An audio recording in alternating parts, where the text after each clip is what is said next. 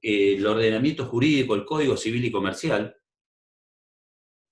nuestro, que en alguna medida ha sido criticado por por buena parte de la doctrina, en alguna medida ha sistematizado el ordenamiento y las normas en lo que se respecta al tema de las fuentes de las obligaciones. Históricamente, las fuentes de las obligaciones en principio son dos.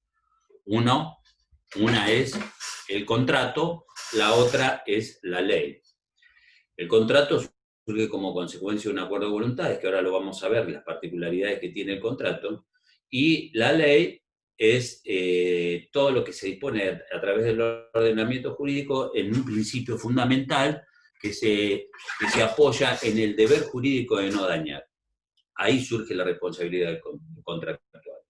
Pero hoy tenemos un sistema de fuentes regulados en el código y está sistematizado desde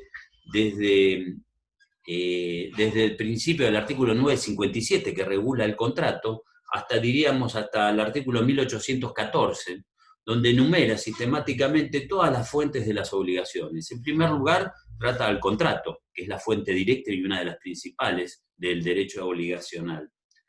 Luego aborda lo que es la responsabilidad civil a partir del artículo 1708, ¿sí? Trata el tema de la responsabilidad civil. Y en este punto, la responsabilidad civil, vamos a ver de que la trata desde tres órbitas, de la órbita preventiva, resarcitoria y sancionatoria. Otra de las fuentes que tenemos dentro de nuestro ordenamiento como generador de obligaciones es el abuso de derecho, que tiene una trascendencia significativa y que está regulado hoy en el artículo 10 del Código Civil. La gestión de negocios, la voluntad unilateral, el enriquecimiento sin causa y el pago de lo indebido son otras de las figuras que es fuente directa de obligaciones. Dentro del sistema del derecho romano, para que tengan una idea, la fuente de las obligaciones era la ley exclusivamente y el contrato. Y después había figuras que se calificaban como cuasi contratos. ¿Por qué? Porque en alguna medida generaban obligaciones, pero no respondían a un vínculo obligacional. ¿Qué es el contrato en sí mismo? Está regulado en el artículo 957 y se define como es el acto mediante el cual dos o más partes manifiestan su consentimiento para crear, modificar o extinguir relaciones jurídicas de contenido patrimonial. Esta definición es una definición, digamos, que está tomada prácticamente de Alterini, porque antiguamente en el viejo código, en el artículo 1137, Vélez definía, al contrario, le decía cuando dos o más personas se ponían de acuerdo sobre una declaración de voluntad común destinada a arreglar sus derechos. Y ahí, en realidad, no estaba definiendo el contrato, sino estaba definiendo lo que es una convención o pacto. Tanto el contrato como las convenciones responden a un acuerdo de voluntades. Cuando dos o más partes, que ahora les voy a definir qué es un concepto de parte, se ponen de acuerdo sobre una determinada situación o relación jurídica. Cuando esa relación tiene contenido patrimonial, estamos frente a un contrato. Si no, es una convención. El caso típico, y el ejemplo que daba Vélez en su nota, al artículo 1137, distinguía lo que era el contrato de la convención y decía que, por ejemplo, el caso típico de la convención dentro de nuestro sistema es el matrimonio. Hay cuando dos partes, ¿sí?, se ponen de acuerdo sobre una declaración, deciden establecer un vínculo matrimonial y reglan sus derechos en función de ello y dentro de nuestro ordenamiento. Yo personalmente creo que el matrimonio tiene un altísimo contenido patrimonial, pero bueno, desde el punto de vista jurídico es una convención, porque no está destinada a mantener una relación jurídica patrimonial en los términos de un contrato. Sí, pero en parte Este es visto contrato, como un contrato, ¿o no? no, es una convención. Es Pero una convención. sí. Se pueden celebrar acuerdos Ah, precontractuales y ese era el tema. Se ah. pueden Los celebrar acuerdos, si no los acuerdos acuerdos comerciales, matrimoniales, claro, los acuerdos en comerciales. principio no se podían, antes no estaban permitidos, Claro. pero luego ahora el ordenamiento lo permite, que se regulen los derechos y se establezcan se diferencien los patrimonios de uno y otro cónyuge. ¿Por qué? Porque el patrimonio, cuando uno se casa legalmente, contrae un matrimonio, todos los bienes que adquieren con posterioridad a la celebración del matrimonio integran lo que se denomina la sociedad conyugal. Y tienen un régimen de comunitario y de regulación especial y demás. Pero en cuanto al acto de celebración del matrimonio en sí mismo, es una convención. Yo no estoy de acuerdo porque tiene efectos y consecuencias patrimoniales. Claro, Pero claro. la realidad es que el caso típico de una convención es cualquier acuerdo entre las partes, así como si nosotros estableciéramos, por ejemplo, un acuerdo para ver de qué manera vamos a llevar a cabo las clases y nos ponemos de acuerdo, yo declaro mi voluntad, ustedes declaran la suya, por ejemplo, y llegamos a una manera de decir, un entendimiento de que, bueno, las clases las vamos a dar de esta manera. Eso sería una convención, un pacto, un acuerdo. El contrato es un negocio jurídico. Y un año para el derecho además lo califica como Juan. ¿Una unión convivencial tiene el carácter de contrato o de convención? Una unión convivencial, que es una cosa no, que regula. Es una convención. Sigue siendo una convención. Y que produce efectos. Sigue siendo una convención, lo que tiene que va a producir efectos jurídicos, pero en el orden de la relación de familia que se pueda generar. Porque la unión convivencial le permite a los convivientes, por ejemplo, que le reconozcan el derecho de pensión en su caso, y algunos otros derechos sobre un derecho de alimento de uno sobre el otro, etc. Pero eso hace al régimen, digamos, patrimonial del matrimonio, que lo van a ver en el derecho de familia. Acá estamos en el ámbito del derecho privado patrimonial, y estamos hablando de negocios jurídicos. El contrato, que es un acuerdo de voluntades, cuando dos o más personas, o partes, mejor dicho, expresan su consentimiento para regular situaciones jurídicas patrimoniales. Se estructuró el contrato sobre la base de la doctrina clásica, que se apoyaba en lo que se denomina el consensualismo. El consensualismo deviene de la consecuencia de que haya un acuerdo de dos voluntades que se integran normalmente en el concepto de oferta y aceptación, que son dos voluntades distintas, uno un proponente y el otro que acepta un determinado negocio. Cuando llegan a un acuerdo, surge la tercera voluntad, que es el contrato, el consentimiento, sentir común, se dice. Y ese contrato pasa a ser como una ley para las partes. En el sistema clásico, los pilares del contrato se asentaban sobre la base del consensualismo, el acuerdo de partes, un principio rector estructural que hoy está vigente, que es el concepto de autonomía de la voluntad. Y el concepto de autonomía de la voluntad, que hoy está regulado en el 958, el 959, en realidad es un concepto mediante el cual se lo califica como el poder jurígeno que tienen las partes para crear sus propias normas en el marco de un negocio, de un contrato. La autonomía de la voluntad tiene dos principios, se estructura sobre dos principios: autodeterminación y autorregulación. ¿Qué quiere decir esto? Que las partes contratan como quieren y con quien quieren, y le dan el contenido al negocio. Ese pilar del concepto de la autonomía de la voluntad permite crear los contratos y darle contenido al contrato. En la medida que las decisiones o la voluntad de cada una de las partes no contraríe la moral, el orden público y las buenas costumbres, las partes pueden disponer de las normas de la manera que quieran y que juzguen convenientes.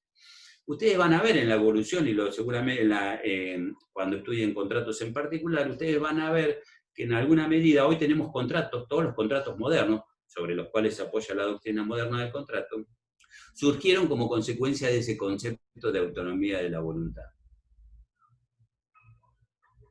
Otro de los elementos estructurales de la doctrina que se elaboró en la doctrina clásica del contrato es lo que se llama la fuerza obligatoria. Lo que conviene en las partes, las obligaciones que genera el contrato, son una ley. El viejo artículo 1197 del Código Civil decía que las convenciones hechas en los contratos forman una regla para las partes que deben someterse como a la ley misma. Y ¿ustedes conocen la teoría jurídica de la pirámide de Kelsen? La estructura del régimen del ordenamiento jurídico. ¿Saben lo que es el ordenamiento jurídico? ¿Sí o no? Sí, Sí, sí, sí. Sí, la jerarquía perfecto. normativa existe entre las Sí. distintas clases de normas. La jerarquía, tiene que existir una jerarquía normativa porque si no las leyes estarían como todas en un mismo pie de igualdad y no había un orden de prelación normativa, por así decirlo. Y Y generaría... dentro de la teoría positiva, un caos normativo, porque ¿qué norma prevalece sobre otra? Pero dentro de la teoría de la pirámide jurídica de Kelsen, que es positivismo jurídico, que se apoya en la ley fundamental, en la Carta Magna, en la Constitución, en el sustrato de la pirámide jurídica de Kelsen, ¿cuál era el sustrato inferior? Los contratos, el acuerdo de voluntades, lo que deciden las partes. Todo aquello Y por eso, que no esté... Yo había escuchado o había leído que todo aquello que esté sujeto a una relación contractual entre dos sujetos que no afecte el orden público o que no afecte lo que la ley diga en contrario. Si una ley no dice lo contrario, el contrato es ley para las partes. Entonces eso quiere decir que la ley está por arriba. Sí, pero el contrato es una ley para las partes, chicos. Eso es la fuerza vinculante del contrato. Lo que nosotros celebramos, no sé si alguno de ustedes alquila o no alquila, pero hemos celebrado, de hecho celebramos infinidad de contratos y de negocios jurídicos, pero no vamos a abordar acá. Lo importante es la fuerza vinculante del contrato. Lo que las partes estipulan en un negocio, ¿sí?, prevalece y es una ley, para ellos deben someterse como a la ley misma. Y Por lo eso que es exigible regula también, esa ¿no? relación... Por eso se lo puede ¿Cómo, exigir, Juan? porque Por como eso es una es ley para las exigible. partes, exigible. Si no, no sería exigible, porque si no es ley, no tiene carácter de que el sujeto deba cumplir, nunca se lo puede exigir. Perdería todo sentido el contrato. No se podría hacer cumplir por otro medio. Evidentemente, exactamente. Si no tuviera esa fuerza vinculante el contrato, no podría serlo exigible. En un contrato de locación, por ejemplo, lo que celebran las partes, hablando en boga que se acaba de dictar la nueva ley de locaciones urbanas, o modificada el Código Civil en varios aspectos en ese sentido, lo que rige la relación entre ambas partes, locador y locatario, o en una compraventa, vendedor y comprador, es lo que hayan estipulado en el contrato. Eso es lo que se llama el poder jurígeno. Las partes tienen la autonomía, la voluntad y poder configurar el contenido de un negocio, el alcance de ese negocio. Y eso, saben, está en virtud de qué, del carácter, digamos, de la prelación normativa. Este sistema de la teoría positivista de Kelsen, que establece la prelación normativa de las normas, en alguna medida hay un orden de subordinación lógico. Y en este punto ustedes van a ver, bueno, que tenemos la Constitución, los tratados internacionales, pero también la ley en sí mismo tiene normas que son dispositivas y hay normas que son imperativas. ¿Conocen el contenido, el concepto de norma imperativa y norma dispositiva? ¿Sí o no? Pregunto por las dudas, para aclararlo. Sí. Las normas disponibles son aquellas que las partes, en virtud de esa autonomía de la voluntad, pueden tomar o dejar en un contrato, en un determinado negocio jurídico. Por ejemplo, exactamente, y hay otras normas que son de orden público, que son indisponibles, que son imperativas y que prevalecen sobre la autonomía de la voluntad en el negocio. El caso típico, para que tengan una idea, se da en los contratos laborales, el orden público laboral, en las normas del consumidor, en el derecho del consumidor, o en el caso de las locaciones urbanas, en el caso de las locaciones. En ese caso sí las normas serían jerárquicamente más superiores. ¿Cómo? En ese caso sí serían jerárquicamente superiores las normas del público. Hay normas que son indisponibles para las partes. Es decir, que ese poder jurígeno que nosotros podemos tener para darle un contenido a un negocio, ¿sí?, está limitado precisamente por las normas de orden público, o por la moral o por las buenas costumbres. Ese es el límite a la autonomía de la voluntad. Esta es la estructura del contrato clásico. ¿Por qué les digo esto? Porque a través del avance de la comercialización en serie, en masa y producción en serie de bienes y servicios, en realidad esos contratos que se estructuraban sobre la doctrina clásica y que se los denominaba paritarios, se los denomina paritarios, entre pares, el poder de negociación de las partes, ¿sí?, se mantiene en un pie de equilibrio de igualdad. Y las partes llegan al negocio y establecen ese vínculo del contrato en virtud de las decisiones en virtud de las proposiciones que han tenido uno y otra parte y que han configurado el contenido del negocio. Esos contratos paritarios, hoy, en alguna medida, empezaron a quedar un poco desplazados.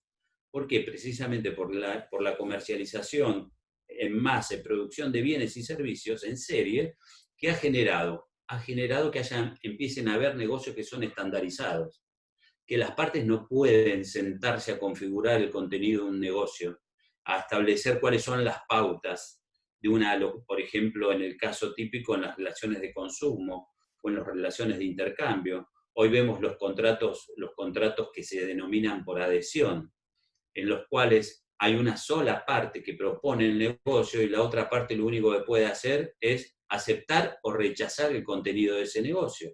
Todos ustedes, la mayoría de ustedes tienen celulares, ¿sí o no? Un celular, un banco. Y habrán ido a adquirir un celular, el banco, y han ido a adquirir un celular y, por ejemplo, nunca han podido, no podemos de hecho, configurar el contenido del contrato. Es decir, no podemos ir a discutir las condiciones del negocio. En cambio, si vamos a comprar un auto a un particular, si vamos a celebrar un contrato de locación, por ejemplo, en alguna medida tenemos un poder de negociación y tenemos esa autonomía para generar nuestro propio negocio. Una forma de darnos cuenta de eso, Alejandro, yo pienso que vos, por ejemplo, en un contrato con un particular podés entregar una cosa por otra. Yo te doy mi auto y vos me haces el tuyo y vos que en un contrato entre partes, entre particulares, yo podría entregarte algo que a vos te interese y vos darme otra cosa y no sea por ahí dinero, que tenga valoración pecuniaria, pero que no sea dinero. Yo no puedo ir a Movistar o a cualquier empresa pedir, no, mira, yo te voy a pagar con mi celular anterior o con el auto que tengo, te lo doy, te lo transfiero. No podés. Es un contrato que ya tiene establecido cómo se va a pagar. Exactamente. Entonces se empezó a hablar de una crisis del contrato. ¿Por qué? Porque ese poder de negociación que antes existía entre las partes empezó a desplazarse, empezó a surgir lo que se llamó la teoría del débil jurídico. Porque frente a los que tenían poder de negociación y los que ponían o imponían los bienes en el mercado, ¿sí?, y que permitían el acceso de los bienes al consumidor, por así decirlo, eran los que imponían las condiciones. Y entonces empiezan a surgir lo que se llaman los contratos estandarizados, normativos, ¿sí?, donde en alguna medida hay uno solo que predispone e impone todas las condiciones del negocio y la otra parte lo tiene que aceptar o rechazar. Entonces se habló de esa crisis del contrato. ¿Por qué? Porque en realidad no había una declaración común de voluntades, ni una configuración del contrato entre ambas partes, sino vamos, aceptamos o rechazamos. Claro, ya como, digamos, la desigualdad de hecho, digamos, entre las partes ya estaría como viciando la libertad de contratar. El contrato se compone... Perfecto, se compone de lo que se llama el sinalagma genético. O sea, cuando las partes van a negociar, establecen el sinalagma contractual, establecen las bases del negocio en el marco de una paridad, ¿sí?, de negociación y de diálogo. En este tipo de contratos, la voluntad de uno de ellos queda totalmente desplazada. Entonces empezaron, ¿por qué? Porque aparecieron los contratos por adhesión, que tenían cláusulas predispuestas, que se llaman, en los cuales una sola de las partes impone todas las condiciones y lo otro la tiene que aceptar o rechazar. Cuando se empezó a hablar de la estructura y de la crisis del contrato, porque ya no había un poder de negociación, y en alguna medida se los veía, digamos, en un sentido negativo, estas formas de negociación, respondieron como consecuencia del tráfico comercial. Y vinieron al mundo de los negocios en alguna medida para dar soluciones. El problema no es que el contrato por adhesión es malo y que el contrato por adhesión digamos, es agresivo. El problema es que se aprovechaban del débil jurídico, ¿sí?, que era la otra parte que no podía darle el contenido al contrato. Entonces empezó ahí a decirse que en alguna medida ya no podíamos estar frente a un contrato paritario, que no había una igualdad, no había un sinalagma genético, y que en la dinámica del contrato existía un débil jurídico que siempre su voluntad estaba quebrada o estaba desmembrada. Y en realidad no es así, porque para que tengan una idea, el mundo de los negocios exige ese tipo de contratos. Y acá es donde aparece lo que se llamó el intervencionismo del Estado, la regulación del Estado en este tipo de contratos, a través de lo que es el control del Estado de los contratos que son estandarizados, de estos contratos normativos, de estos contratos por adhesión. El Estado, a través de los entes reguladores, por ejemplo, determina las condiciones y los contratos estos estandarizados. Este es, digamos, el esquema que hoy por hoy rige en materia de contratos. Tenemos los contratos paritarios que subsisten y los contratos estandarizados. El Código Civil, cuando hace la reforma, yo siempre digo, se discutía y se planteaba si estábamos frente a la comercialización del derecho civil o la civilización del derecho comercial. Y la realidad es que el derecho civil fue el dominio de la comercialización del derecho civil, y sobre todo en materia de contratos, ¿sí? Donde en alguna medida hoy tenemos que el consentimiento contractual, formado por esas dos voluntades, en alguna medida está dado por la empresa y por otro lado el particular. Y el código viene a regular, si se quiere, el consentimiento contractual e incorpora la regulación de los contratos por adhesión con cláusulas predispuestas en lo que se llama el consentimiento contractual. El consentimiento, ¿cómo se integra en un contrato? Para que tengan una idea, que es esta tercera voluntad, la voluntad del contrato, se integra por lo que es la oferta y la aceptación. Hay una proposición, un oferente y un aceptante. Tanto la oferta como la aceptación son cuando confluyen en un acuerdo de voluntades, estamos frente a lo que es el contrato, la voluntad del contrato, esa tercera voluntad. ¿También existiría una voluntad de negociar, de variar las cuestiones contractuales que median? Ejemplo, variar los montos, variar el objeto, variar... ¿Eso cómo lo ve la doctrina o la teoría? ¿Dónde lo mete entre la oferta y la aceptación? Porque yo te hago una oferta y en el medio pueden pasar un montón de sucesos. Por eso... Debate. Tenemos lo que se llama el litigar contractual, o el camino hacia el negocio. Desde el momento que empiezan lo que se llaman las pourparlers o las tratativas previas en un contrato paritario, ojo, porque no es un contrato estandarizado, desde el momento que uno comienza las negociaciones, donde declara su voluntad, donde manifiesta su intención de celebrar un contrato, de acudir a un negocio, y la otra parte está interesada, por ejemplo, en el caso de una compraventa de un automotor, por decir algo, entonces nos acercamos, empezamos las negociaciones previas, empiezan las tratativas, está toda la gestación de la formación del consentimiento contractual, ¿sí? La oferta, que es la proposición de la voluntad de uno de realizar un determinado negocio, que tiene que ser íntegra, que es de carácter recepticia, que está destinada hacia la otra parte, en alguna medida se va formando y se va gestando la voluntad del contrato a través de todas las negociaciones. Por eso se habla así de la responsabilidad precontractual, la responsabilidad contractual y la responsabilidad postcontractual. Antes de la formación del consentimiento no hay ningún contrato. Hay alguna responsabilidad en la gestación de el camino hacia el contrato genera responsabilidad. Eso lo vamos a ver más adelante. Pero lo que sí, en todo ese trámite de tratativas previas, ¿sí?, entre las partes, oferta y aceptación se pueden ir modificando. Es más, se puede celebrar un contrato y una vez celebrado el contrato también se pueden modificar las condiciones del negocio. De hecho, hoy, por ejemplo, tenemos el grave inconveniente con el tema de la pandemia, ¿sí o no? Hay contratos de duración donde ese sinalagma genético que las partes tuvieron en mira al tiempo de celebrarlo, las bases de ese negocio se pueden ver modificadas, alteradas, por circunstancias exógenas al negocio, por ejemplo, en este caso la pandemia.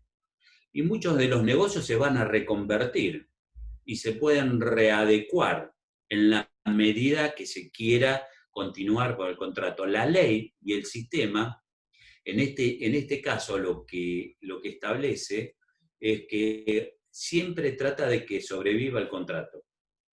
Es decir, para que tengan una idea, cuando el contrato sufre alteraciones, modificaciones que alteran ese sinalagma, o hay algún defecto o vicio, ¿sí? O una circunstancia que lo altera, bueno, la tendencia es que sobreviva el contrato.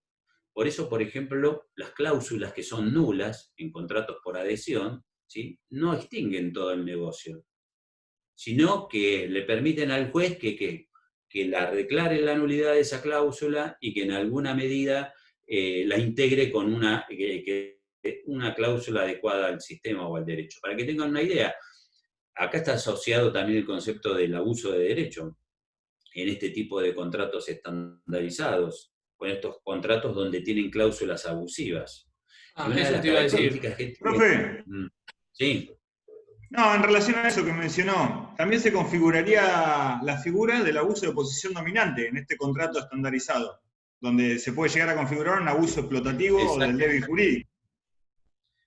Eso está asociado con la teoría del débil jurídico. La teoría Porque del favor de Vitoris, ¿no, profe? Claro, Favor de Vitoris, que es lo que establece la... ¿Por qué? Porque hay uno... Sí, dale, Juan. No, me iba a decir que eso se ve reflejado mucho en la ley, por ejemplo, de defensa del consumidor, la 22.240, que establece la teoría, exactamente. una teoría más que nada, o cuando habla de cláusulas abusivas, o los tipos de negocios que se hacen por de crédito, compras a distancia, que no tiene que haber un abuso de cláusula abusiva. E incluso las directivas de la ONU también lo tratan para los estados cuando hacen su legislación. Para que tengan una idea, cuando surgen estas doctrinas modernas de los contratos, y donde había uno que impone todas las condiciones y el otro lo único que puede hacer es aceptarla, no le puede dar el contenido, entonces ahí empezaron a haber claros abusos, ¿no? Por ejemplo, se establecían cláusulas de prórroga de la competencia en beneficio del productor, del fabricante o del que imponía los bienes en el mercado, o la renuncia de derechos de uno en beneficio del otro, y al firmar esos contratos donde no había la posibilidad de darle un contenido, en alguna medida eran cláusulas abusivas. Hay un quiebre. ¿Por qué? Les digo. Porque en el Código de Vélez, en primer lugar, hasta el año 68, desde que se dictó hasta el año 1968, no había normas donde permitían la revisión del contrato si las partes no la pactaban. La reforma de Borda del año 68, que fue muy criticada por buena parte de la doctrina, porque fue una dictada al amparo de un gobierno de facto y aprobado a libro cerrado, tuvo la particularidad de incorporar institutos que permitieron que esas bases de los contratos que se veían desequilibrados se pudieran restablecer a través de la teoría de la lesión, a través del abuso de derechos en el 1071, que no estaba incorporado anteriormente, a través del principio de la buena fe, que es un principio rector en materia de contratos, y que hoy el Código, en los primeros artículos, fíjense la envergadura y la importancia que tiene, que desde el artículo 8 y 9 hasta el 12 habla de la buena fe, del abuso de la posición dominante, del abuso de derecho y de el orden público en el carácter de las normas que se deben respetar. Fue la manera y el abuso de la posición dominante o estas normas son las que en alguna medida le permiten a la parte débil jurídica que en alguna medida esté tutelada al momento de celebrar un determinado negocio. Hoy por hoy, y les digo, prácticamente todos los días celebramos contratos y contratos de consumo, realizamos actos de consumo, vivimos en una sociedad de consumo, ¿sí o no? Y permanentemente estamos expuestos a las condiciones que nos impone el mercado en nuestras relaciones de consumo. Hoy, inclusive, el derecho del consumidor está tomando una autonomía propia, es un microsistema dentro del ámbito de los contratos, pero hoy está tomando una autonomía propia. ¿Por qué? Porque prácticamente desde que tomamos un colectivo, por ejemplo, o vamos a celebrar una compra-venta de consumo, estamos en el marco de una relación de consumo. Y aquí, en alguna medida, la voluntad, digamos, ese contrato o ese negocio histórico, tradicional, por así decirlo, queda superado, queda desbordado. Hoy permanentemente estamos celebrando contratos. Y de hecho, ustedes, aún siendo menores, han celebrado negocios, ¿o no? Desde chiquitos vivimos Vas con al los kiosco, contratos. compras un coso y estás celebrando un negocio. ¿Eh? Yo voy al kiosco, me compro un alfajor, estás celebrando un negocio, una transacción, algo a cambio de una cuestión de valor pecuniario o entrega de dinero. Eso es un contrato. Y cuando te llevaban a hacer los mandados, Lo mismo. cuando Toda te relación llevaban con ¿saben qué era los mandados? Era un contrato de mandato. Te encargaban a que hagas un determinado negocio, fíjate. O por supuesto que hoy tenemos distintos tipos de contratos, ¿no? Tenemos los contratos civiles, tenemos los contratos comerciales y tenemos los contratos de consumo. Y en el marco de la posibilidad de celebrar contratos, en alguna medida también, vamos a ver que el concepto de capacidad para celebrar negocios está asociado en alguna medida a la naturaleza del acto que se trate. ¿Por qué? Porque hay menores que realizan negocios, ¿sí o no? Desde chiquitos realizamos determinados pequeños contratos. Hoy en día Sí. está el celular ni siquiera moviéndose, directamente pedís un pedido ya, un Rappi o un Globo, un chico pide, tiene derecho a reclamar si la cosa no viene en el estado que quiso. Tenés toda una relación contractual mucho más compleja incluso que las de antes, por todos los medios implicados para establecer esa relación, ese vínculo entre el sujeto de compra y el dueño local, y el Rappi en el medio. Lo que quiere decir con esto, lo que quiero decir que todos estamos expuestos en una relación de contractual. El problema que hay, o la gran crisis que se generó y que hoy el ordenamiento, digamos, equipara, era sobre todo en aquellos negocios donde una de las partes no puede defender y configurar el contenido de ese negocio. Y de qué manera podíamos parar con los abusos, con los excesivos abusos que había en el mercado.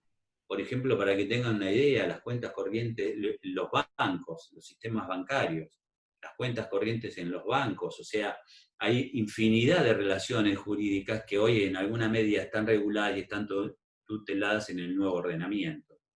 Por eso esta crisis del contrato, yo celebro la reforma del código, ¿sí? Sobre todo en materia de contratos, porque ha generado un avance importante respecto a la tutela de derechos. Les quiero significar algo, ¿no? Que este código no hizo más que plasmar en un sistema normativo toda la tendencia doctrinaria y jurisprudencial que había en materia de negocios. Decir negocio jurídico es hablar de un contrato, desde ya, ¿no? Pero no ha hecho más que restablecer el equilibrio negocial en muchos aspectos. Los contratos, ¿sobre qué pueden recaer? El contrato se forma a través del consentimiento, como les dije. La oferta y la aceptación son dos caras también de una misma moneda, ¿sí? La oferta tiene que tener unos requisitos y tiene que tener unos contenidos especiales para que sea vinculante. Es una declaración unilateral de voluntad destinada a celebrar un determinado negocio. Y tiene la característica de que es recepticia. La oferta es recepticia, quiere decir que está destinada hacia un sujeto determinado. Y queda uno vinculado por la oferta, y queda uno obligado. Es una declaración unilateral de voluntad donde uno queda atado por esa oferta. Si el destinatario de esa oferta la acepta lisa y llanamente, queda obligado como un contrato. Se genera lo que se llama el vínculo contractual. La aceptación también es una declaración unilateral de carácter también recepticia, que para que perfeccione el contrato siempre tiene que ser lisa y llana, no se puede modificar. Si a una proposición de un negocio el destinatario de esa oferta modifica la propuesta, por ejemplo, te alquilo el inmueble por 24 meses a 500 pesos. y el destinatario de la oferta dice, bueno, me interesa alquilarlo, lo acepto el alquiler, pero quiero que sea de 350 pesos. En definitiva, el destinatario de esa oferta, al modificar la propuesta, pasa a ser un nuevo oferente y realiza lo que se llama una contrapropuesta. En el marco de esas negociaciones, y es lo que vos hablabas hoy, Juan, es donde se va configurando el contrato y donde se va perfeccionando el consentimiento y donde se modela esa ley, ese vínculo que en alguna medida después nos debemos someter de manera rigurosa. Profe, una consulta. Sí, las cobro las consultas yo, porque estamos en pandemia y estamos muertos de hambre. Ay, por decirlo en este momento, así que decime. Si querés. ¿El contrato se perfecciona con la firma del mismo o requiere de un principio de ejecución? Porque la firma por ahí sería ya el consentimiento expreso. Mirá, el consentimiento, ¿sí? Hoy por hoy los contratos son todos consensuales. ¿Qué quiere decir que sean contratos consensuales? Que basta el acuerdo de voluntades para que produzca efectos jurídicos y genere obligaciones. La voluntad, que es uno de los elementos o presupuestos del contrato, ¿sí? Es una exteriorización del sujeto y tiene la particularidad de que se puede declarar de distintas maneras. Una de las formas de declarar la voluntad en un negocio es a través de comportamientos declarativos o no declarativos, ¿sí? Por ejemplo, para que tengan una idea, la exteriorización de la voluntad se puede manifestar a través de la firma de un contrato, ¿sí? Se puede exteriorizar a través de comportamientos declarativos que demuestren esa intención de celebrar un negocio. Para que tengan una idea, cuando vamos a tomar un taxi, estamos celebrando un contrato de transporte, ¿sí o no? Cuando queremos tomar el taxi, exteriorizamos ¿de qué manera exteriorizamos nuestra intención de tomar un taxi? Extendiendo la mano, ¿sí o no? Levantando la mano. Esa es una declaración de la voluntad, que se exterioriza a través de comportamientos que se llaman declarativos. ¿Está? Otra de las formas de exteriorizar la voluntad es a través de la forma escrita. Pero el contrato se perfecciona, ¿sí? Cuando hay oferta y aceptación, cuando hay consentimiento. No se necesita ni siquiera de que, mejor dicho, no existen más los contratos reales, para que tengan una idea, contratos que se perfeccionaban con la entrega de la cosa. Para que tengan, por ejemplo, para relacionarlos con las obligaciones, y una idea de contrato es el contrato de mutuo, el préstamo de dinero. El préstamo de dinero, en el régimen de Vélez, era un contrato real. ¿Qué quería decir? De que recién generaba obligaciones cuando el mutuante le daba el dinero al mutuario para que éste lo usara. No existía la promesa del mutuo y no había contrato hasta que no se entregaba el dinero. Hoy la tendencia en materia de los contratos es hacia el consensualismo. Basta solamente el acuerdo de voluntades para perfeccionarlo. ¿Por qué? Porque hace a la dinámica del tráfico jurídico. Uno de los elementos de los contratos, para que tengan una idea, es la forma. Y de los actos jurídicos. Ustedes saben que los actos jurídicos requieren de una forma, ¿sí o no? ¿Saben lo que es un acto jurídico, sí? ¿O no? ¿Qué es? Sí, sí. Una acción lícita. Es el acto voluntario lícito. Acto voluntario lícito que tiene la intención de modificar. Por fin inmediato, crear derechos, generar obligaciones, adquirir es y el acto finalizar. voluntario. Exactamente, ese es el acto voluntario lícito. En alguna medida todos los actos necesitan de una formalidad, es que esa voluntad sea exteriorizada. Si no hay una exteriorización de la voluntad, no hay acto jurídico. ¿Cómo que sabes que el sujeto Por eso el silencio. Por eso el silencio tiene consecuencias. Por eso el silencio, en principio, el silencio nunca obliga. Y desde el punto de vista que todo el acto jurídico tiene que ser exteriorizado, para que tengan una idea, todos los actos es lo que se denomina la forma esencial del acto. Ahora, en el plano de los contratos, ¿sí? y está relacionado con los instrumentos públicos y los instrumentos privados, la forma, el concepto de forma, para que tengan una idea, y lo definía el viejo Código Civil y Comercial, era el conjunto de prescripciones que te impone la ley respecto de solemnidades que se tienen que observar al tiempo de la formación de un acto jurídico. O sea que el sistema muchas veces te impone que vos cumplas con determinados requisitos, solemnidad, para darle validez o eficacia al acto. A veces te la sugiere la forma. Por ejemplo, la forma escrita en los contratos de locación. Los contratos de locación, para que tengan una idea, sus modificaciones y prórrogas, se tienen que celebrar por escrito. ¿Qué quiere decir esto? Que para los fines de probar el contrato, tenés que respetar la forma escrita. Entonces, la forma es un elemento sugerido por la ley a los fines de poder probar un contrato de locación. Si yo ocupo un inmueble y digo que soy locatario, de la única manera que puedo acreditar que soy locatario, cumpliendo con la forma escrita. Si no, no sirve. Pero otras veces la ley te exige, para la validez del acto o el perfeccionamiento del acto, la forma escrita, ¿sí?, a los fines de la eficacia del negocio, para que pueda tener efectos jurídicos. Y es el caso, por ejemplo, de cuando se requiere la escritura pública para determinados contratos, que se celebren por escritura pública. El caso típico, por ejemplo, y ahí la forma es elegida como una solemnidad, y en algunos casos es relativo y en otros es absoluta. La solemnidad relativa, cuando en alguna medida, si no respetás esa forma para la celebración del negocio jurídico, bueno, va a producir otros efectos distintos, no va a anularlo, no lo va a aniquilar, pero puede generar la obligación de hacerlo por escritura pública. El caso típico es la compra-venta de bienes inmuebles. La ley te exige que se celebre mediante escritura pública, la transmisión del dominio, pero normalmente se celebran, hay boletos de compra-venta, ¿sí o no? No, de bienes sí, inmuebles, obvio. que se hacen por instrumento privado.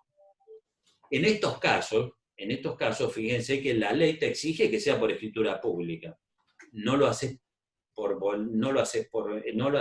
escritura pública, celebras un boleto bajo la forma escrita, firmado por las partes, pero ese no es instrumento idóneo para transferir el dominio, pero sí vale como un contrato, que obliga a las partes a llevarlo a escritura pública.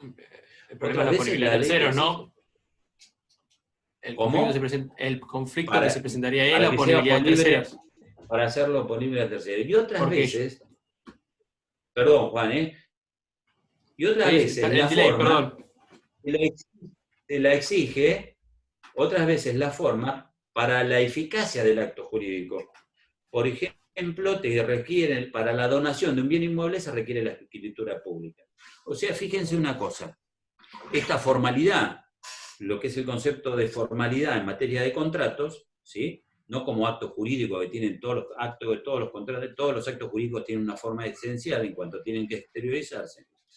Pero fíjense una cosa, en materia de contratos tenemos la forma que es sugerida a los fines de la prueba, tenemos la forma para la validez del acto, para que produzca efectos jurídicos, ¿sí?, que puede ser relativa o solemnidad absoluta o relativa, pero que hoy la tendencia es hacia el formalismo en materia de contratos. Es decir, no se requiere solemnidad. ¿Por qué? Porque hace la dinámica del tráfico jurídico. Si uno le impone solemnidades a los negocios jurídicos, al tráfico comercial, los hace mucho más pesados, como se dice. Entonces, muchas veces interfieren en la velocidad de intercambio de los negocios. Y verán ustedes que, por ejemplo, si queremos realizar una compra-venta de un bien inmueble, tenemos que ir al escribano, le tenemos que llevar la escritura, tenemos que pedir informes, o sea, son negocios que necesitan un tiempo del momento, digamos, de que las partes se ponen de acuerdo hasta que permitan la concreción de ese negocio, ¿sí o no? Y en otros casos, la solemnidad, ¿sí?, en los actos a título gratuito, la solemnidad exigida por la ley para los actos a título gratuito, es tan rigurosa. ¿Por qué? Porque responden a liberalidades. Y ustedes saben que el Código Civil nuestro protege al pródigo. ¿Saben lo que es el pródigo, no? Es el que dilapida locamente su fortuna. Y en alguna medida, aquellos actos que importen un acto de disposición a título gratuito, ¿sí? y que en alguna medida el sistema pretende de que haya un tiempo suficiente de reflexión y por eso le impone la exigencia de la escritura pública para la validez del acto. Es decir, que no se va a perfeccionar, ni va a producir efectos jurídicos, por ejemplo, una donación de un bien inmueble, si no se hace por escritura pública. Hoy por hoy la tendencia, les reitero, es hacia el aformalismo en materia de contratos, porque hace al tráfico comercial. Dentro de la clasificación de los contratos hay contratos formales y no formales, ¿sí? Pero la tendencia es precisamente a no ponerle una carga de solemnidad al negocio jurídico.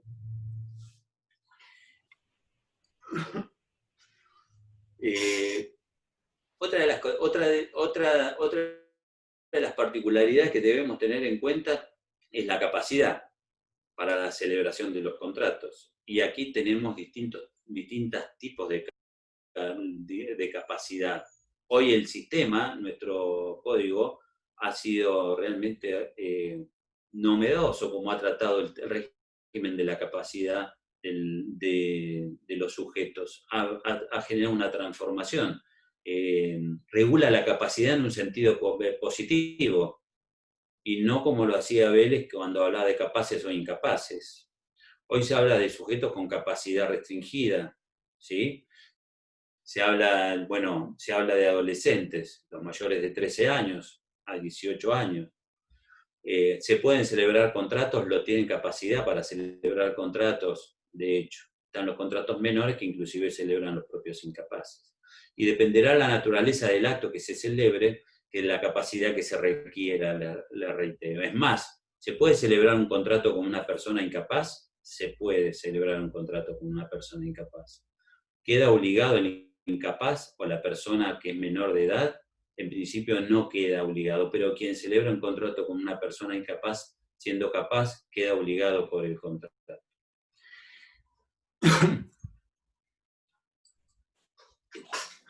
Otra de las particularidades que tiene, Profe, ¿sí? perdón. Sí. Entonces, si yo, por ejemplo, que soy capaz, celebro un contrato con una persona incapaz, yo quedo obligado, pero el incapaz no. El incapaz no queda obligado. El incapaz puede alegar la nulidad del contrato a través de su representante legal, ¿sí? O en la medida que se hubiere beneficiado deberá restituir, pero el contrato celebrado con un incapaz, ¿sí? Usted me va a decir, ¿cómo se celebra un contrato con un incapaz? ¿O no? ¿Podemos celebrar un contrato con una persona de 17 años, sí o no? Sí. Que puede hasta aparentemente ser capaz, ¿sí? Por ejemplo, el contrato de mandato. El contrato de mandato, cuando alguien le encarga a otro, lo faculta para que realice un determinado negocio. Le podemos conferir un mandato a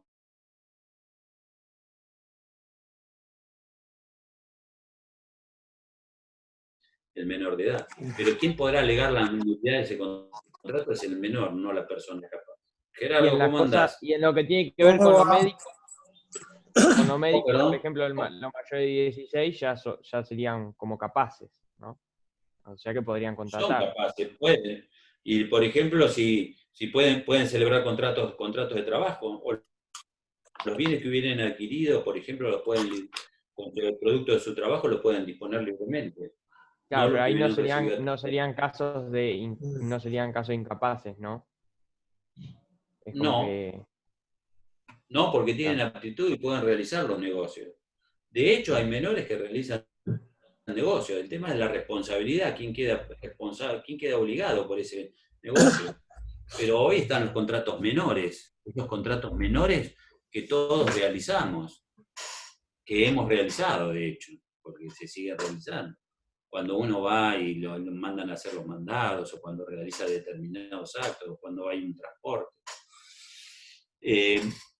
Y otra de las particularidades ya hay en cuanto al tema de los contratos, y que lo vamos a ver, es el tema de la extinción del negocio, del contrato. Hoy los contratos se extinguen naturalmente por el cumplimiento natural de su objeto. pero muchas veces hay circunstancias que alteran las bases del negocio, que pueden provenir desde internamente o externamente, que lleven a la rescisión, a la revocación o a la resolución del contrato. Estas son modalidades, son causas anormales de extinción de los contratos, y que en alguna medida, bueno, la vamos a ver en particular cuando abordemos, cuando superen obligaciones, cuando pasen la cátedra de obligaciones, que me imagino que todos la van a aprobar, esperemos. Así que bueno, esta es una idea general del contrato, ¿sí? Y de las circunstancias que hoy por hoy tiene y las obligaciones que generan. Otra de las fuentes de las obligaciones que va a hablar Gerardo es de... ¿cuál era, Gerardo? Vamos a arrancar voluntad unilateral. Sí, pero vamos, ya que están con contrato, vamos a ir a un cuasi contrato, a la gestión de negocios. ¿Cómo están? Bueno, a la gestión de negocios. No queda mucho tiempo, pero tampoco los temas son muy complicados. La gestión de negocios es más viejo que el PAN, ¿no es cierto? Es un instituto que nació bajo la forma de lo que se dio a llamar, digamos, en determinado estadio del derecho romano, un cuasicontrato. En una división clásica de las fuentes de las obligaciones, entre contratos, cuasicontratos, delitos y cuasidelitos, donde los cuasicontratos y los cuasidelitos, en aquella división cuatripartita a la que se le sumaba la ley, digamos, que hoy en alguna medida ha desaparecido, o por lo menos se mitigó la diferencia de las distintas fuentes en el nuevo código, donde aquella situación cuasi contractual o cuasi delictual estaba vinculada con la falta o la ausencia de uno de los requisitos que calificaba los delitos civiles o los contratos. Particularmente la gestión de negocios es un cuasi contrato típico. Según veían con Alejandro hasta hace un segundo, para que haya un contrato tiene que haber un acuerdo de voluntades. Bueno, lo que falta justamente en la gestión de negocios es un acuerdo de voluntades. Es decir, no hay voluntades concurrentes, sencillamente porque no hay dos voluntades, hay una sola, que es la del gestor de negocios. La gestión de negocios ahora tiene una regulación mejorada, digamos, de la regulación que podía tener, que era bastante confusa en algún punto en el Código Civil de Vélez. Es un instituto que en líneas generales normalmente es bastardeado, porque se entiende que no tiene demasiada utilidad práctica, pero en la regulación actual tiene una relevancia superior, digamos, a la que tradicionalmente se le da. De hecho, los abogados solemos ser gestores útiles en más de una ocasión, digamos, muchas veces de manera inconsciente, pues no estamos, digamos, reparamos solamente en las normas procesales que nos autorizan a actuar de esa manera, pero no en el derecho de fondo, digamos, de la figura en la que estamos inmersos. El artículo 1781 del Código Civil y Comercial ahora lo define como una situación que se da cuando una persona realiza oficiosamente una gestión en beneficio de otra, ocupándose de un negocio ajeno, sin intención de hacer una liberalidad, es decir, sin intención de emplear su tiempo gratuitamente en favor del otro y sin estar autorizado por el otro ni tener una obligación legal ni convencional de actuar. Es decir que los requisitos para que se produzca gestión de negocios son varios. Primero tiene que haber una actuación voluntaria de parte del gestor de negocio. Las partes son el gestor de negocio y el dueño del negocio. Se llama dueño del negocio al titular del interés que está siendo protegido por la gestión. El gestor es quien oficiosamente interviene en interés ajeno en un negocio ajeno. Esa idea de oficiosamente elimina la posibilidad de que haya un consentimiento, aunque sea tácito, de parte del dueño del negocio, porque en tal caso estaríamos en un supuesto de mandato tácito y no en supuesto de gestión de negocios. En el mandato tácito, como bien decía Alejandro hace un ratito, al referirse a la manifestación de la voluntad en los contratos, en el mandato tácito hay un contrato, no hay un cuasicontrato, hay un mandato con todas las de la ley, no hay una gestión de negocios,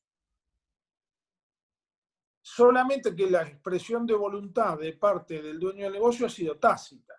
Y la forma, me corregirá Alejandro, que conoce más de esto que yo, pero la forma típica, digamos, clásica de la manifestación tácita de voluntad en el caso del mandato es la del dueño del negocio, que conociendo la intervención de parte de otra persona, del mandatario, es aquiesciente, es decir, la admite, la conoce y la admite, lo deja actuar.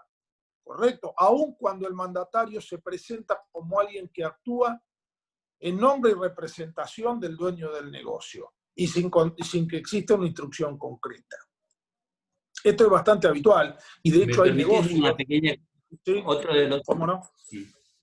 sí, otro de los elementos tipificantes de la gestión, porque esto lo distingue de lo que se llama comúnmente el comedido.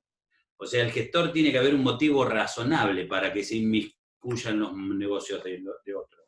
No se puede venir, no puede interponerse cualquiera en el negocio o actuar por el otro. Eso es uno de los elementos también tipificantes, porque si no, está lo que se llama el comedido y no generaría ningún tipo, no entraríamos dentro de esta figura. Es decir, la norma lo precisa los conceptos. Es cierto, es cierto. Claro. Es cierto, el artículo 1781 menciona el tema del motivo razonable. Ahora, ¿qué es el motivo razonable? Sería el requisito del tercer interesado, donde tiene un interés legítimo que se puede ver afectado. Bueno. Por eso, yo creo que a la definición, digamos, este es un código de muchas definiciones, ¿no? Vélez había dicho que las definiciones eran impropias de los códigos. Bueno, el codificador del 2015 no le pareció eso. Entonces, a mí me parece que a la definición, humildemente, pienso, le sobra algo y le falta algo. Le sobra lo de los motivos razonables. Porque el propio código dice que es sin hacer una liberalidad. Pensemos que esta es una persona que sin hacer una liberalidad, ni en interés propio, encara la gestión de un negocio. Si fuera en interés propio, sería un tercero que viene y paga por ser interesado. Sí. Si el requisito de la falta de liberalidad no existiera, estaríamos frente a la posibilidad, como bien dice Alejandro, que venga una persona que por el solo hecho de ser comedida, digamos, metida en asuntos ajenos, viene y cumple este rol. Yo creo que la falta de liberalidad elimina la posibilidad de que alguien sin motivos razonables se inmiscuya en negocios ajenos para gestionarlos. Y el hecho de que sea en interés ajeno y no en interés propio elimina la figura del pago realizado por tercero. Es decir, acá lo que tiene que quedar claro para diferenciar esto de cualquier otra cosa, por ejemplo el pago que es el tercero interesado, es que el gestor de negocio actúa por otro. No solamente actúa en un negocio ajeno, sino que actúa en interés ajeno y actúa en representación de otro. De hecho, si una persona creyendo gestionar en interés propio termina generando una utilidad, ocupándose de un negocio que a la postre era ajeno y generando una utilidad, no estamos frente a una gestión de negocio, porque lo encarga, digamos, en interés propio, sin ninguna figura de representación, sin ningún interés ajeno, es más, ignorando que el negocio era ajeno. Entonces la figura del 1781 es bastante precisa, pero yo creo que los motivos razonables, como bien dice López Mesa, están vinculados con la idea, con el módulo de la buena fe contractual y de la buena fe en general. Es decir, debe ser razonable a ojos, digamos, de una persona que actúa de buena fe, pero nada más. Piensen ustedes también que esta persona no puede esgrimir como motivo razonable que tiene una obligación legal o convencional de actuar. Si es gestor de negocio, lo es porque no está obligado legal ni contractualmente a actuar. Entonces, ¿qué es lo que lo puede llevar a actuar? Fíjense que desfiladero finito ni está cumpliendo un deber jurídico impuesto por la ley, ni está cumpliendo un deber jurídico impuesto por alguna clase de contrato o de convención, ni se trata de una liberalidad. ¿Qué queda en el medio? Entre la liberalidad y el cumplimiento de una obligación.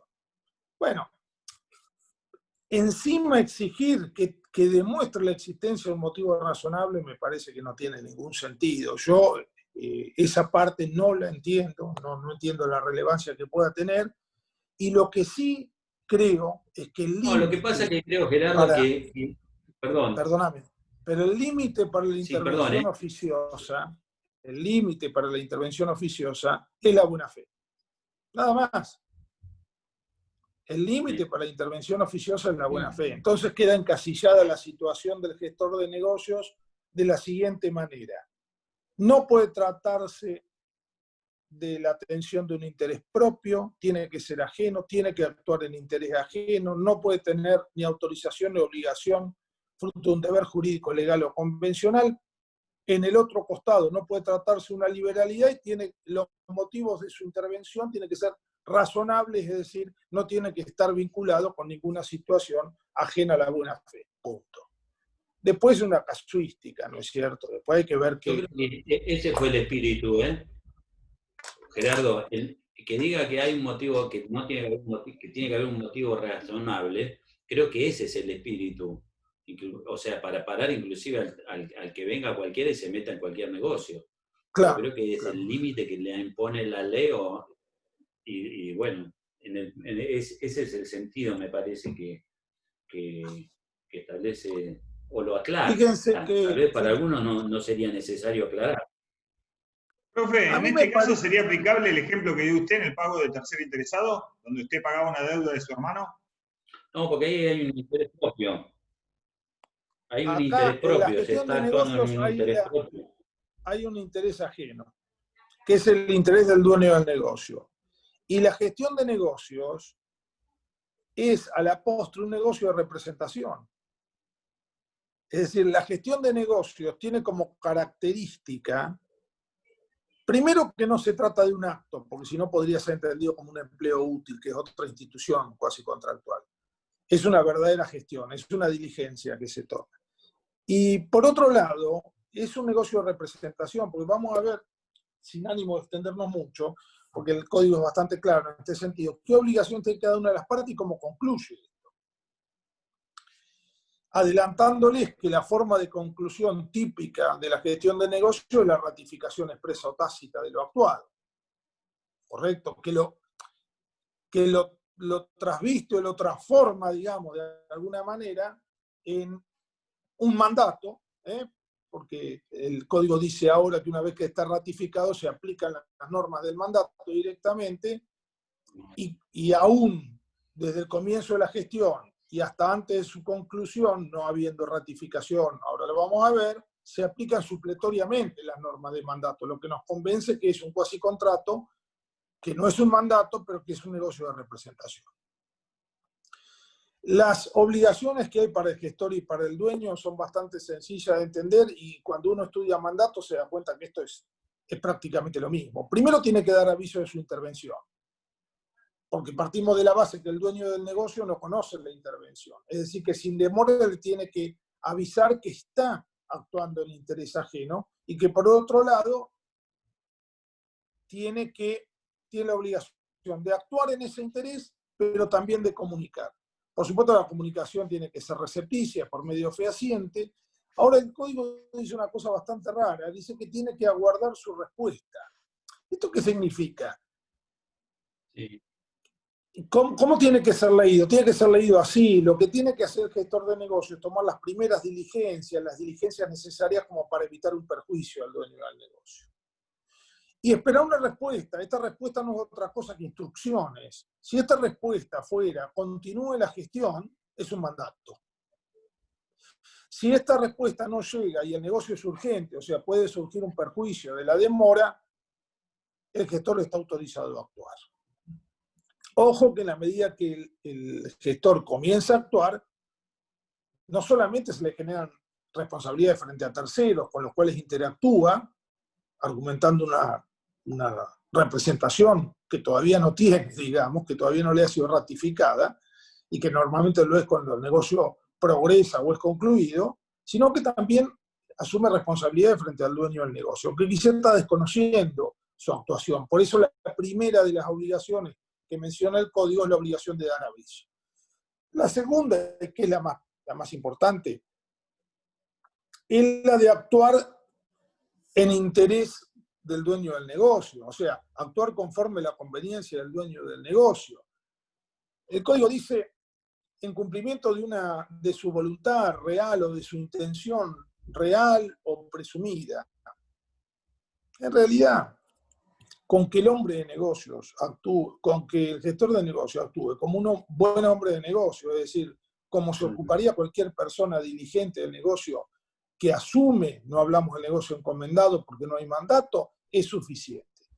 También es cierto que siendo que la responsabilidad del gestor de negocios es básicamente subjetiva, o sea, culposa frente al dueño del negocio, habrá que tener que presente que en algunos casos, mientras mayor sea el deber de obrar con pleno conocimiento de las cosas, mayor es la responsabilidad que se sigue de los actos. Es decir, que no es lo mismo la gestión de negocios oficiosamente encarada por un abogado para evitar el perjuicio a una persona que no puede atender sus intereses propios porque el COVID lo dejó aislado en otro país y no puede estar en Mar del Plata donde suceden los hechos, que la misma gestión encarada por otra persona que no tiene esa calificación profesional. Pero esto responde a las pautas generales de la responsabilidad civil que ya van a ver. Tiene obligación de... Gerardo, ¿le puedo hacer una consulta? Sí. Ahí se habla de una idoneidad que se tiene que tener a la hora de gestionar el negocio, pero se habla también de una dominabilidad de los hechos que pueda tener, que se puedan presentar, que puedan dificultar el negocio al fin y al cabo, que pueda afectar, que si se hubiera administrado. Lo respondo así. La ley no requiere ninguna idoneidad para ser gestor de negocio. Por supuesto, en algunos negocios en particular, como podría ser la atención de un asunto de carácter judicial urgente, que ante la caducidad de los plazos requiere que alguien actúe sin tener mandato, se necesita la habilitación profesional, porque el patrocinio letrado es obligatorio en la provincia de Buenos Aires, artículo 56 del ritual, y además se necesita ser abogado por la ley 5177. Pero en líneas generales, para la atención de un negocio ajeno no se requiere ninguna clase de idoneidad en particular. Por supuesto se va a responder, como dije, de la diligencia o falta de diligencia que se emplea en la atención del negocio. Y eso va a obedecer las reglas generales de la responsabilidad subjetiva. Sigo. Hay obligación de mantener informado al dueño del negocio. ¿Qué quiere decir? Que en las diligencias que uno va tomando puede haber vicisitudes que se presenten y que requieren de una información particular al dueño del negocio. Estamos pensando ya en una diligencia que se extiende en el tiempo. Y por otro lado hay obligación de rendir cuentas. La obligación de rendir cuentas ahora está específicamente regulada en el Código Civil y Comercial, antes era una cuestión propia del Código de Comercio, y ahora por suerte existe una breve pero buena regulación de la obligación de rendir cuentas. Plazos, responsabilidades, en qué consiste la rendición de cuentas, cómo se hace, etcétera, etcétera. Las obligaciones del dueño del negocio, ¿cuándo comienzan? Primero, algunas comienzan con la gestión y otras van a comenzar cuando medie alguna clase de ratificación. Por eso es importante dividir dos cosas. Dividir, por un lado, las obligaciones que se asumen frente al dueño del negocio y las obligaciones que se asumen frente a terceros. Hasta ahora hablamos de las obligaciones frente al dueño del negocio. Frente a terceros, el artículo 1784 dice: el gestor queda personalmente obligado hacia terceros. ¿Qué les parece esto? ¿Por qué puede ser esto? Porque está actuando por un interés propio. No, porque actúa en interés ajeno. Actúa en interés que está realizando ajeno. el negocio. Actúa en interés ajeno, pero él no puede demostrar que ejerce ninguna representación. Es decir, él frente a terceros puede argumentar que él actúa por el doctor Alejandro Pablo Vega, pero no tiene manera de acreditarlo porque no está en cumplimiento de un mandato ni tiene ninguna representación judicial o legal del dueño del negocio. Por eso se llama gestión de negocio y no se llama mandato. Es decir, él en principio queda obligado frente a terceros. Esa es la regla. ¿Cómo se libera? Lo dice el mismo artículo. Solo se libera si el dueño del negocio ratifica su gestión.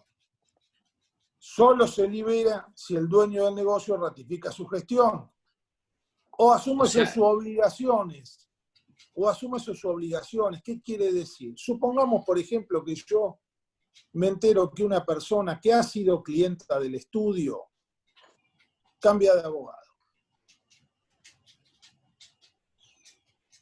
Pasa el tiempo y me entero que esta persona designó un colega que ha fallecido y que no hay manera de ubicarlo al dueño del negocio, y estoy sabiendo, porque estoy adherido al sistema de notificaciones de la Corte, que le está llegando una demanda. ¿Yo puedo intervenir? Bueno, por supuesto que puedo intervenir. Ahora, ¿cómo se transforma esto en una obligación frente a terceros asumida por el dueño del negocio y no una obligación que termine asumiendo yo, por ejemplo, si pierdo con costas la demanda que contesté? Bueno, o se presenta... Generás un riesgo, ¿no, Gerardo? Porque invocás un 48, si te presenta días, vas a pagar las costas vos. Les voy a contestar con les voy a contestar con una frase de Pichetto. La vida es riesgosa. Que no, que se quede en su casa. Entonces, ¿qué pasa? Gerardo. O él la ratifica, o él encarga a otro abogado que atienda el pleito. Es decir, en líneas generales, la ratificación y la asunción por parte del dueño del negocio de aquella diligencia que estaba llevando adelante el gestor, significan, expresa la ratificación, o tácitamente la asunción de las obligaciones generadas con la intervención del gestor, significan que el dueño del negocio viene y convalida. ¿Qué convalida? ¿Toda la gestión, la prueba, lo exime a rendir cuentas? No. ¿Qué es lo que convalida? Convalida la actuación. Es decir, lo transforma ahí sí, frente a terceros, en un negocio de representación. Esa ratificación... Y se pone, si me Gerardo, perdón, si me permitís, ahí se pone al frente del negocio, claro, el dueño. Claro. Pero hay un tema, que lo van a ver en contratos después, que es la teoría de la representación y el mandato. Porque la teoría de la representación es el género, digamos, hay una forma de representación que es el mandato, que es la representación convencional. Después tenemos la representación orgánica y legal, pero la teoría general de la representación se encarga de estudiar los efectos de los negocios celebrados por un representante, cuando alguien actúa por otro. Entonces tenemos negocios que son representativos y otros negocios que inicialmente no lo son, pero que luego pasan a ser representativos. Por ejemplo, el gestor, cuando comienza su gestión y aborda el negocio, lo está haciendo en interés del otro, ¿sí? Pero asumiéndolo personalmente. Hasta ese momento no está ejerciendo ninguna representación, ¿está? Pero cuando viene el dueño del negocio y le ratifica y se pone al frente del negocio, el que va a quedar personalmente obligado del negocio y de los actos que hubiera celebrado el gestor es el dueño del negocio. Y ahí es donde se transforma representativo y con el tercero, digamos, queda colocado en la obligación el dueño del negocio. Van a ver después, vamos a estudiar los negocios representativos. Fíjense que inclusive, acá, perdón Gerardo, porque no, por favor. Fíjense que el código, porque no nos queda mucho tiempo, lo voy a puntualizar. Porque, no. Sí. Decía, fíjense que el código es un poquito confuso en este punto, porque tiene dos artículos dedicados a la ratificación. Es decir, cuando uno lee el artículo 1784, dice, solo se libera de esa responsabilidad asumida frente a terceros si el dueño del negocio ratifica o asume sus obligaciones. Pero más adelante, el artículo 1789 dice ratificación. El dueño del negocio queda obligado frente a terceros por los actos cumplidos en su nombre si ratifica la gestión, si asume las obligaciones del gestor, hasta acá es lo mismo, o si la gestión es útilmente conducida. ¿Qué quiere decir esto? Que acá se introduce un tercer tema, que es que el negocio se transforma en un negocio de representación, o por la ratificación, que es una convalidación, digamos, expresa, o por la asunción que hace las obligaciones que ha asumido el gestor, con lo cual las hace propias, como bien decía Alejandro, o porque el negocio es útilmente conducido. Quiere decir, y acá es la primera vez que aparece la cuestión de la utilidad de la gestión, quiere decir que en algún caso el éxito o utilidad de la gestión va a ser que el dueño del negocio no pueda liberarse de esa representación y tenga que asumir él frente a terceros las obligaciones que como lógica contraprestación del beneficio o utilidad obtenido se le han generado. Y digo esto porque esto obedece a dos principios generales del derecho. Primero, el que ve del enriquecimiento sin causa, y después el principio general de buena fe. Es decir, imaginen ustedes que yo encaro una gestión que a la postre resulta útil o exitosa, y alguien no me ratifica y no asume las obligaciones, pero se beneficia pecuniaria y económicamente con el fruto de mi gestión exitosa útil. Eso es imposible, intolerable, con lo cual el código agrega ahí una alternativa. Dice, no, perdón, usted no puede desconocer aquella actuación en su nombre porque usted recibe una utilidad o beneficio. Entonces usted lo va a tener que liberar, porque fíjense que en definitiva hablar de que ratifica, asume las obligaciones, etc., básicamente es que frente a los terceros el gestor queda liberado de las obligaciones que asumió. O sea, se rompe la regla de la primera parte del 1784. Cuando nosotros vemos las obligaciones que tiene el dueño del negocio, justamente aparece 1785, obligación de liberarlo de las obligaciones personales que haya contraído a causa de la gestión. O sea que hay un correlato entre la conclusión de la gestión por ratificación, asunción de las obligaciones, etc., y la liberación respectiva por parte del gestor. El gestor tiene derecho a ser liberado. ¿Cómo? Sí. En la medida de por más que no quiera el dueño del negocio ratificar la gestión, ¿sí? Igual queda obligado en la medida que haya sido útil para él, que hubiera representado un beneficio. Y eso desde mi punto de vista está bien. Ahí hay que distinguir dos cosas, la gestión útil de la que no resultó útil. Pero el código dice una cosa que me surge una duda, permiso que los interrumpa, dice, puede continuarla en el 783, dice, cuando la gestión concluya, cuando el dueño prohíba al gestor la continuación del actuado, sin embargo, puede continuarla bajo su responsabilidad. Ahí no estaría dando a entender que por más que sea útil o no útil, queda bajo la responsabilidad del gestor, todo acto hecho, beneficio, ¿no? Bueno, pero ahí sí la ley le exige.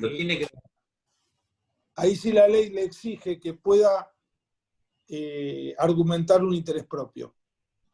¿Me entienden? Sí. Porque si vos lees, dice, conclusión de la gestión. Concluye cuando el dueño le prohíbe al gestor continuar actuando. El gestor, sin embargo, puede continuarla bajo su responsabilidad en la medida que lo haga por un interés propio. El caso típico, ¿cuál es? Yo soy mandatario de una persona. Perdón, yo actúo como gestor de negocios de una persona, el mismo caso que seguía. Y recibo una carta de documento donde el señor me dice, doctor Rodríguez Arauco, muy amable por su gestión, pero le comunico debe abstenerse de cualquier clase de actividad en mi nombre a partir del día de la fecha y va a ir una persona que se va a encargar de esto. Bueno, fantástico. Ahí concluye. Pero yo tengo honorarios devengados por mi tarea, tema al que vamos a ir ahora. Yo tengo honorarios devengados, o sea que yo ya tengo un interés propio en que algunas de estas diligencias concluyan o lo hagan exitosamente. Por ejemplo, la ley de procedimiento de la provincia en materia civil y comercial dice que uno, aunque renuncie, aunque de alguna manera cese en una actuación profesional, tiene que cumplimentar con las tareas urgentes, las que no admiten demora y cuya desatención podrían generar un perjuicio a la parte.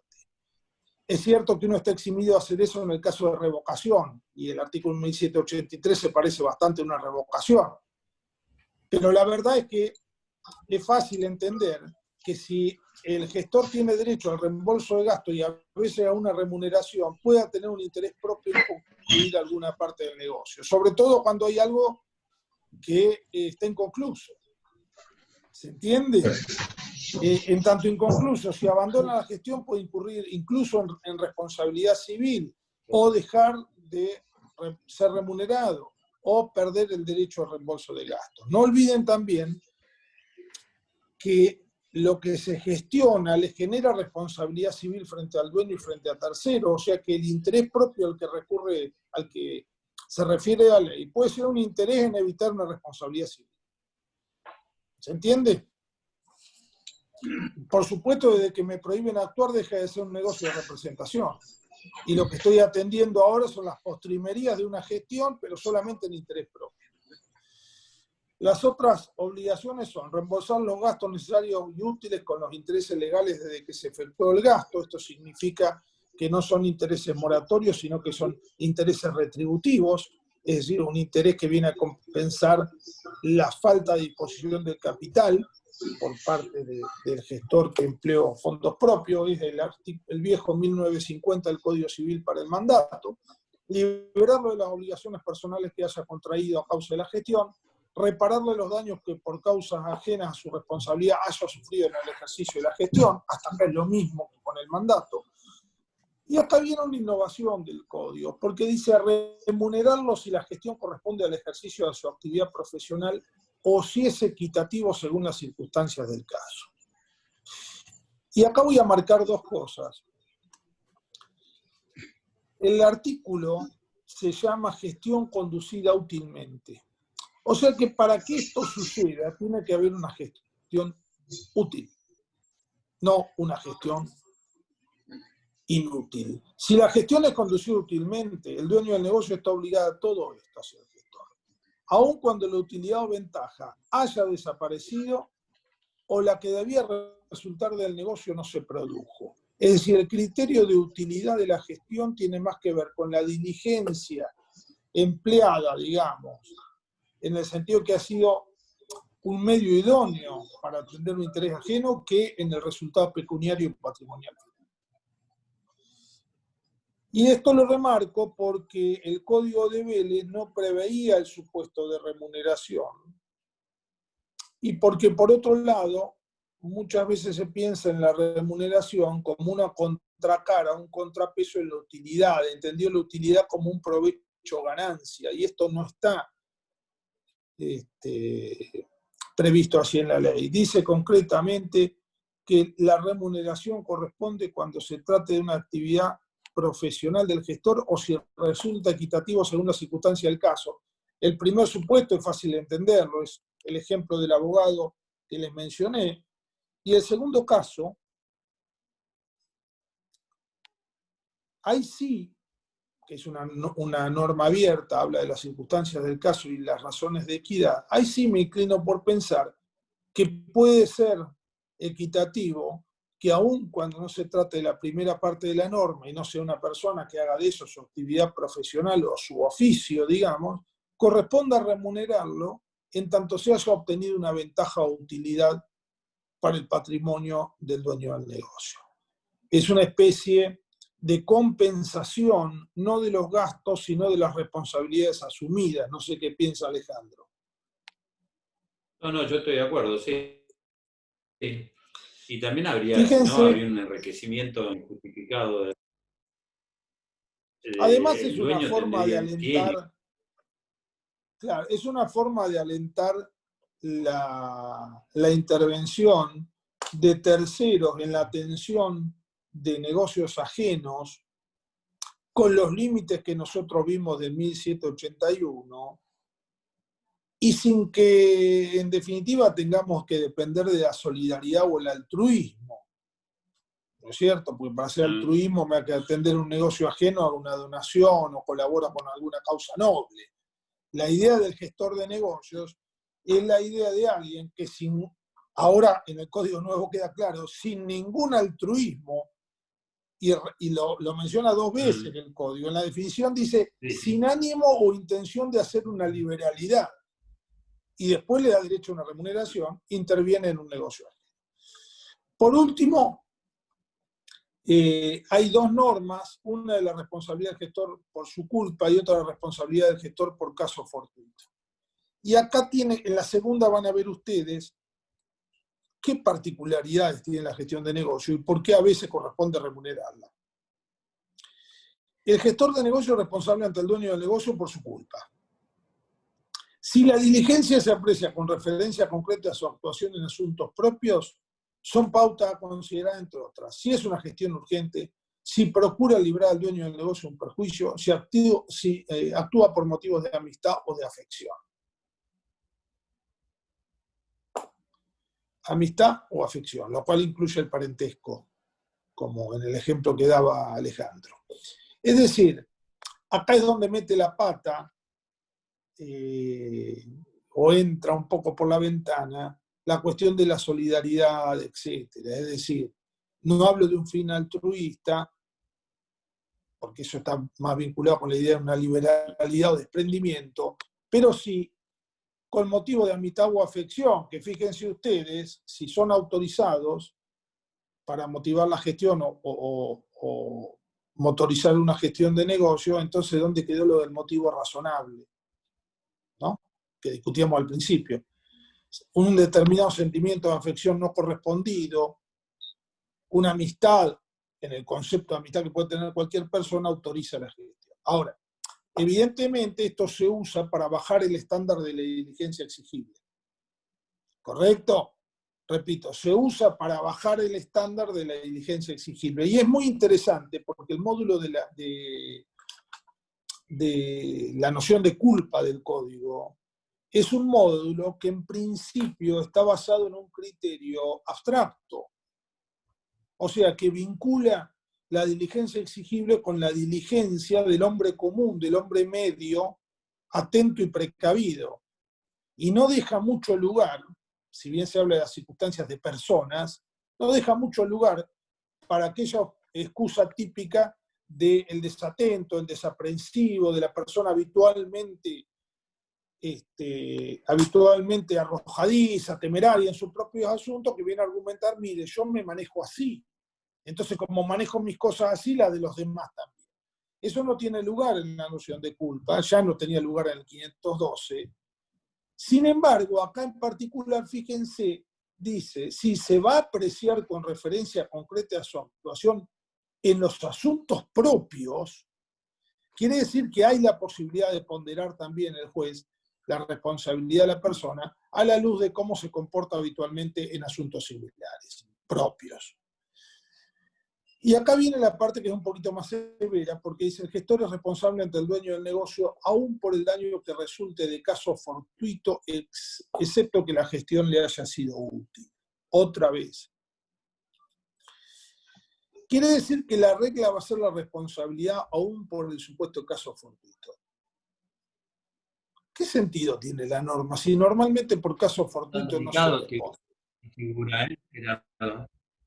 Gerardo, por eso es tan delicado el tema del gestor, ¿eh? No hay que meterse así porque sí, en los negocios ajenos muchas veces trae aparejado gravísimas consecuencias. Ahora, no fíjense que gestor en época de pandemia, por la verdad. La norma, fíjense que la norma en realidad está presentada de una manera que parece ser que el principio es la responsabilidad por el casus, o sea, que el que actúa en interés ajeno como gestor de negocio asume el caso fortuito, y esto no es así. Porque esta tampoco es la regla general. Diríamos, para deconstruir un poco la intención del legislador. Hay una responsabilidad de base hacia el dueño del negocio. Se va a responder por caso fortuito si se actúa contra la voluntad expresa del dueño del negocio, si se emprende actividades arriesgadas, ajenas a lo que habitualmente se dedica el dueño del negocio, Si el que actúa no tiene aptitudes necesarias para el negocio o su intervención impide la de otra persona más idónea, excepto que haya utilidad. ¿Me siguen la idea? Excepto que haya utilidad, porque si ocurre esto, si ocurre alguno de los 4 supuestos de la norma que harían que quede asumido el caso fortuito por parte del gestor, esto se da siempre y cuando no haya habido utilidad. Otra vez la idea de la compensación del riesgo al que se lo expuso, en este caso de la responsabilidad que asumió y la utilidad como fruto de su gestión. Quiere decir que la gestión útilmente emprendida, pero que genera una utilidad, un lucro, un beneficio, tiene básicamente 2 beneficios. Primero, acota la responsabilidad civil en el caso fortuito. En el caso de que haya un evento, caso fortuito, fuerza mayor.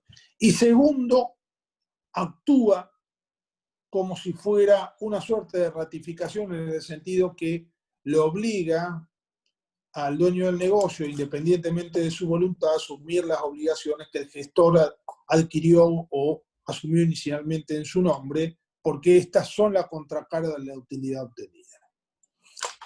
¿Les quedaron algunas dudas sobre esto? Lean el artículo 1781 y siguientes. Creo que con esto terminamos, nos va a faltar declaración unilateral de voluntad, lean particularmente promesa de recompensa, y yo particularmente pegaría una miradita, como lo sugirió en un momento Alejandro, a un tema particular que es la oferta de contrato, como un supuesto específico de declaración unilateral de voluntad, que está en el 974 y siguientes, para tener una noción y por ejemplo, responder si es un supuesto de declaración unilateral de voluntad o de dónde surge esa voluntad, de dónde surge esa responsabilidad que emite la oferta. Los dejo, chicos. Alejandro, hasta luego. Gracias, Sigan profe. bien. Adiós. Nos vemos. Hasta mañana. Adiós.